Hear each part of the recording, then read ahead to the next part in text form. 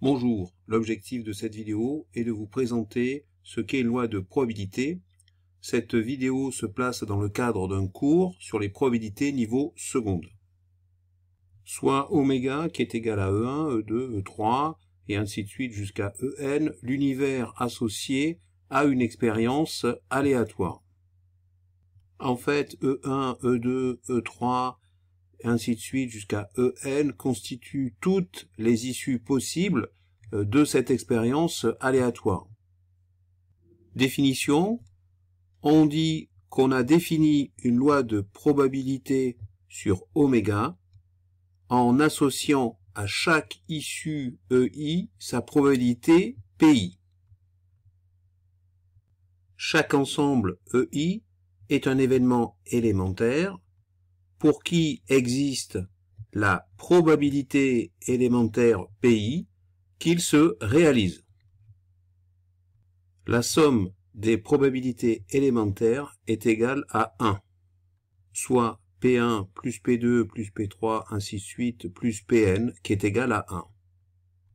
On résume souvent cela par un tableau de probabilité. Donc dans ce tableau, la première ligne correspond à toutes les issues possibles.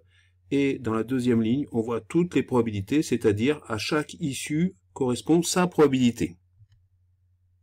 Lorsque chaque issue a la même probabilité de se produire qu'une autre, c'est-à-dire que P1 égale P2 égale P3 ainsi de suite égale Pn, on est dans une situation d'équiprobabilité.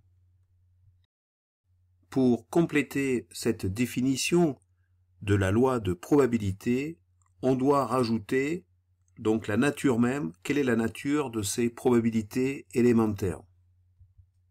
Chaque probabilité élémentaire PI est un nombre réel, positif ou nul. Exemple, loi de probabilité du lancer d'un dé à 6 faces, que l'on résume par ce tableau. Donc on a ici une première ligne avec toutes les issues possibles, 1, 2, 3, 4, 5 et 6, et dans la deuxième ligne correspond les probabilités élémentaires, c'est-à-dire qui correspondent à chaque issue. On voit que dans ce cas-là, par exemple, pour l'issue numéro 1, c'est-à-dire que lorsque le dé va tomber sur la face 1, eh bien on a une probabilité de 1 sur 6, de même que pour la face 2, pour la face 3, la face 4, la face 5 et la face 6. On dit dans une situation d'équiprobabilité. Alors, la question que l'on peut se poser, c'est comment on établit finalement cette loi de probabilité. On va donc utiliser la propriété suivante qui est admise, qui ne va pas être démontrée dans le cadre de ce cours, en répétant un grand nombre de fois l'expérience aléatoire. Donc, dans notre exemple, c'est jeter un dé à 6 faces. La fréquence d'apparition de chaque issue se stabilise autour d'une valeur.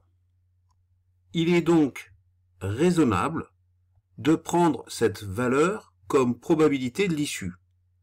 Donc, je redis un petit peu donc cette propriété, en répétant un grand nombre de fois donc l'expérience aléatoire. Ici, c'était jeter, dans l'exemple qu'on a vu ci-dessus, c'était jeter un dé à 6 faces. La fréquence d'apparition de chaque issue, alors par exemple l'issue qui peut correspondre à tomber sur la face numéro 1, se stabilise autour d'une valeur, au fur et à mesure que j'augmente le nombre de lancers, eh bien la fréquence d'apparition de chaque issue se stabilise autour d'une valeur. Il est donc raisonnable de prendre cette valeur comme probabilité de l'issue. On va voir maintenant, à l'aide du logiciel GeoGebra, une simulation pour vraiment expliquer cette propriété.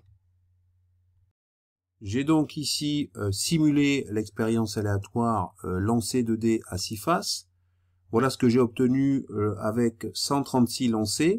J'ai obtenu 24 fois la phase 1, 20 fois la phase 2, 29 fois la phase 3, 23 fois la phase 4, 25 fois la phase 5 et 15 fois la phase 6. Alors si maintenant je veux calculer la fréquence d'apparition de chaque issue, il suffit de prendre l'effectif, ici par exemple pour la phase 1 qui est de 24, divisé par le total de lancers, qui est de 136. Donc, quelle est la fréquence d'apparition de la phase 1? Eh bien, c'est 24 divisé par 136. J'obtiens ici une valeur arrondie de 0,18, soit une fréquence de 18%. De la même façon, si je veux calculer la fréquence d'apparition de la phase 2, cette phase 2 est apparue 20 fois sur 136 lancers, donc ça va me faire une fréquence d'apparition de 20 divisé par 136, soit une valeur arrondie de 0,15, qui correspond à une fréquence de 15%. Donc à chaque fois, c'est la même chose. Donc pour la phase 3, ben, j'obtiens ici une fréquence de 21%, pour la phase 4, une fréquence de 17%, pour la phase 5, une fréquence de 18%, et pour la phase 6, une fréquence de 11%. Si je effectue maintenant la somme de toutes ces fréquences, j'obtiens comme valeur arrondie 1. Je peux remarquer qu'il existe un écart entre la valeur la plus importante qui est de 0,21, de 21% et de 11%. On voit que l'écart entre la valeur maxi et la valeur mini est de 10%. Donc il y a un certain écart entre la valeur minimale et la valeur maximale. On va voir maintenant ce qui se passe si j'augmente le nombre de lancers. Alors cette fois, j'ai effectué 421 lancers. Sur 421 lancers, j'ai obtenu 70 fois la phase 1, 64 fois la phase 2, 76 fois la phase 3, 82 fois la phase 4, 63 fois la phase 5 et 66 fois la phase 6. Si je calcule maintenant les fréquences d'apparition, toujours pareil avec la même formule, c'est l'effectif d'apparition divisé par le total de lancers. Donc ici, la phase 1 est apparue 70 fois pour 421 lancers. Donc ça fait une fréquence d'apparition de 70 sur 421 qui me donne une valeur arrondie de 0,17, soit une fréquence de 17%. Donc j'obtiens 17% pour la phase 1, pour la phase 2 15%, pour la phase 3 18%, pour la phase 4 19%, pour la phase 5 15%, pour la phase 6 16%. Donc on voit que qu'est-ce qui se passait? L'écart entre la plus petite valeur, entre la valeur minimale qui est de 15% et la valeur maximale qui est de 19%, cet écart a diminué. Puisque avant, rappelez-vous, il était de 10%, maintenant l'écart entre la valeur min et la valeur max est passé à 4%. Donc on a l'impression que les différentes fréquences ont tendance à se rapprocher les unes par rapport aux autres au fur et à mesure que j'augmente le nombre de lancers. Alors voilà, maintenant j'ai effectué 1395 lancers et j'obtiens un résultat remarquable, c'est-à-dire que j'obtiens 235 fois la phase 1, 236 fois la phase 2, 234 fois la phase 3, 233 fois la phase 4, 240 fois la phase 5 et 217 fois la phase 6. Si je calcule avec toujours la même formule, effectif sur total, par exemple, je répète encore une fois, j'ai obtenu 235 fois la phase 1 pour 1395 lancers. Cela correspond donc à une fréquence d'apparition de 235 divisé par 1395, soit une valeur arrondie de 0,17, c'est-à-dire 17%. Eh bien, pour la phase 2, j'obtiens aussi 17%. Pour la phase 3, j'obtiens aussi 17%. Pour la phase 4, 17%. Pour la phase 5, 17%. Et pour la phase 6, j'obtiens 16%. Mais bon, on voit que c'est quand même très proche des 17%. Donc, on voit bien la tendance générale. C'est-à-dire que toutes ces fréquences d'apparition ont tendance à se rapprocher et à se stabiliser autour de la valeur 17%. Alors, 17%, 0,17, c'est la valeur approchée de 1/6. Donc on retrouve bien, rappelez-vous, dans notre tableau qui résumait la loi de probabilité du lancer de dés à 6 faces, vous savez, je ne sais pas si vous vous rappelez, chaque événement élémentaire, c'est-à-dire la probabilité d'avoir un 1, c'était 1/6, la probabilité d'avoir le 2, c'était 1/6. Chaque probabilité élémentaire était égale à 1/6, qui correspond à ce fameux 0,17, puisque 0,17 c'est une valeur approchée de 1/6.